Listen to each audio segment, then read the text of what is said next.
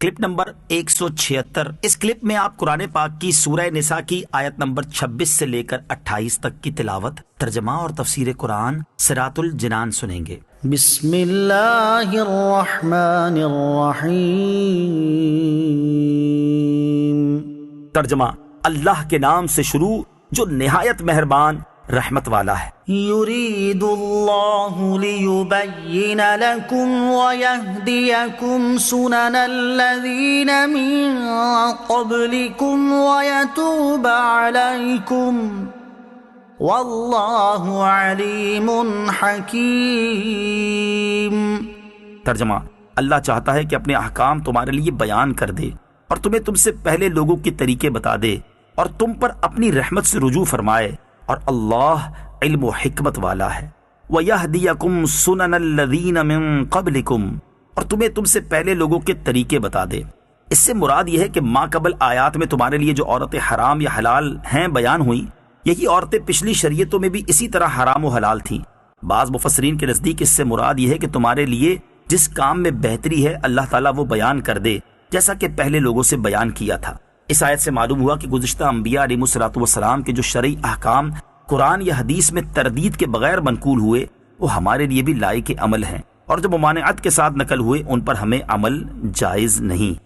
واللہ یرید ان یتوب علیکم ویرید الذین یتبعون الشہوات ان تمیلوا میلا عظیما۔ ترجمہ: اور اللہ تم پر اپنی رحمت سے رجوع فرمانا چاہتا ہے، اور جو لوگ اپنی خواہشات کی پیروی کر رہے ہیں وہ چاہتے ہیں کہ تم سیدھی راہ سے بہت دور ہو جاؤ۔ وَيُرِيدُ الَّذِينَ يَتَّبِعُونَ الشَّهَوَاتِ، اور جو لوگ نفسانی خواہشات کی پیروی کر رہے ہیں۔ شان نزول: یہود و نصارہ اور مجوسی بھائی اور بہن کی بیٹیوں سے نکاح حلال سمجھتے تھے۔ جب اللہ تعالیٰ نے ان سے نکاح کرنے کو حرام فرمایا تو وہ مسلمانوں سے کہنے لگے، جس طرح آپ خالہ اور پھوپھی کی بیٹی سے نکاح جائز سمجھتے ہو جبکہ خالہ اور پھوپھی تم پر حرام ہے، اسی طرح تم بھائی اور بہن کی بیٹیوں سے بھی نکاح کرو۔ اس پر یہ آیت نازل ہوئی کہ یہ لوگ چاہتے ہیں تم بھی ان کی طرح زنا میں پڑ جاؤ۔ یرید اللہ ان یخفف عنکم وخلق الانسان ضعیفا۔ ترجمہ: اللہ چاہتا ہے کہ تم پر آسانی کرے اور آدمی کمزور بنایا گیا ہے۔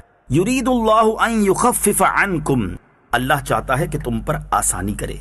اللہ عز و جل اپنے بندوں پر آسانی چاہتا ہے، اسی لیے انہیں نرم احکام عطا فرماتا ہے اور کئی جگہ رخصتیں عطا فرماتا ہے۔ لوگوں کی طاقت کے مطابق ہی انہیں حکم دیتا ہے اور ان کے فطری تقاضوں کی رعایت فرماتا ہے۔ لیکن حقیقت یہ ہے کہ انسان فطری طور پر کمزور پیدا کیا گیا ہے، اور اسی فطری کمزوری کا یہ نتیجہ ہے کہ مرد عورت کی طرف بڑی جلدی مائل ہو جاتا ہے۔ اس کے لیے عورت اور شہوت سے صبر دشوار ہے۔ اللہ تعالیٰ نے اپنے بندوں پر رحم فرماتے ہوئے مردوں کے لیے عورتوں سے شریعت کے دائرے میں رہتے ہوئے نفع اٹھانے کی اجازت دی، اور صرف ان عورتوں سے منع کیا جن سے نفع اٹھانے میں فساد عظیم اور بڑے نقصان کا خدشہ تھا۔ اسی لیے متقی، پرہیزگار اور گناہوں کا تقاضا اور موقع موجود ہونے کے باوجود گناہوں سے بچ رہنے والے اللہ عز و جل کی بارگاہ میں بڑے محبوب ہیں کہ انہوں نے اللہ عز و جل کی رضا کے لیے اپنی کمزوری کا مقابلہ کیا اور اپنی خواہشات کو پس پشت ڈالا۔ ترغیب کے لیے ایک ایسے ہی متقی بزرگ کا واقعہ پیش خدمت ہے۔ مشک کی خوشبو میں بسے ہوئے بزرگ۔ بصرہ میں ایک بزرگ مسکی یعنی مشک کی خوشبو میں بسا ہوا کے نام سے مشہور تھے۔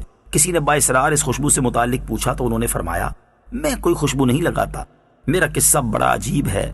میں بغداد معلیٰ کا رہنے والا ہوں، جوانی میں بہت حسین و جمیل تھا اور صاحب شرم و حیا بھی۔ ایک کپڑے والے کی دکان پر میں نے ملازمت اختیار کی۔ ایک روز ایک بڑھیا آئی اور اس نے کچھ قیمتی کپڑے نکلوائے اور دکاندار سے کہا، میں ان کپڑوں کو گھر لے جانا چاہتی ہوں، اس نوجوان کو میرے ساتھ بھیج دیں، جو کپڑے پسند آئیں گے وہ رکھ لیں گے، پھر ان کی قیمت اور بقیہ کپڑے اس نوجوان کے ہاتھ بھیج دیں گے۔ چنانچہ مالک کے دکان کے کہنے پر میں بڑھیا کے ساتھ ہو لیا۔ وہ مجھے ایک عالی شان کوٹھی پر لے آئی اور مجھے کمرے میں بٹھا دیا۔ کچھ دیر بعد ایک نوجوان عورت کمرے میں داخل ہوئی اور اس نے کمرے کا دروازہ بند کر دیا، پھر میرے قریب بیٹھ گئی۔ میں گھبرا کر نگاہیں نیچی کیے فوراً وہاں سے ہٹ گیا، مگر اس پر شہوت سوار تھی، وہ میرے پیچھے پڑ گئی۔ میں نے بہت کہا کہ اللہ عز و جل سے ڈرو، وہ ہمیں دیکھ رہا ہے، لیکن وہ میرے ساتھ منہ کالا کرنے پر مصر تھی۔ میرے ذہن میں اس گناہ سے بچنے کی تجویز آئی تو میں نے اس سے کہا، مجھے بیت الخلاء جانے دو۔ اس نے اجازت دے دی۔ میں نے بیت الخلاء میں جا کر دل مضبوط کر کے وہاں کی نجاست اپنے ہاتھ، منہ اور کپڑوں پر مل لی۔ اب جو ہی باہر آیا تو میری عاشقہ گھبرا کر بھاگی اور کوٹھی میں پاگل پاگل کا شور اٹھا۔ میں نے وہاں سے بھاگ کر ایک باغ میں پناہ لی، غسل کیا اور کپڑے پاک کر کے وہاں سے چل دیا۔ رات جب میں سویا تو خواب میں دیکھا کہ کوئی آیا ہے اور میرے چہرے اور لباس پر اپنا ہاتھ پھیر رہا ہے اور کہہ رہا ہے، مجھے جانتے ہو میں کون ہوں؟ سنو، میں جبرائیل علیہ السلام ہوں۔ جب میری آنکھ کھلی تو میرے سارے بدن اور لباس میں خوشبو آ رہی تھی جو آج تک قائم ہے، اور یہ سب حضرت سیدنا جبریل امین علیہ السلام کے ہاتھ کی برکت ہے۔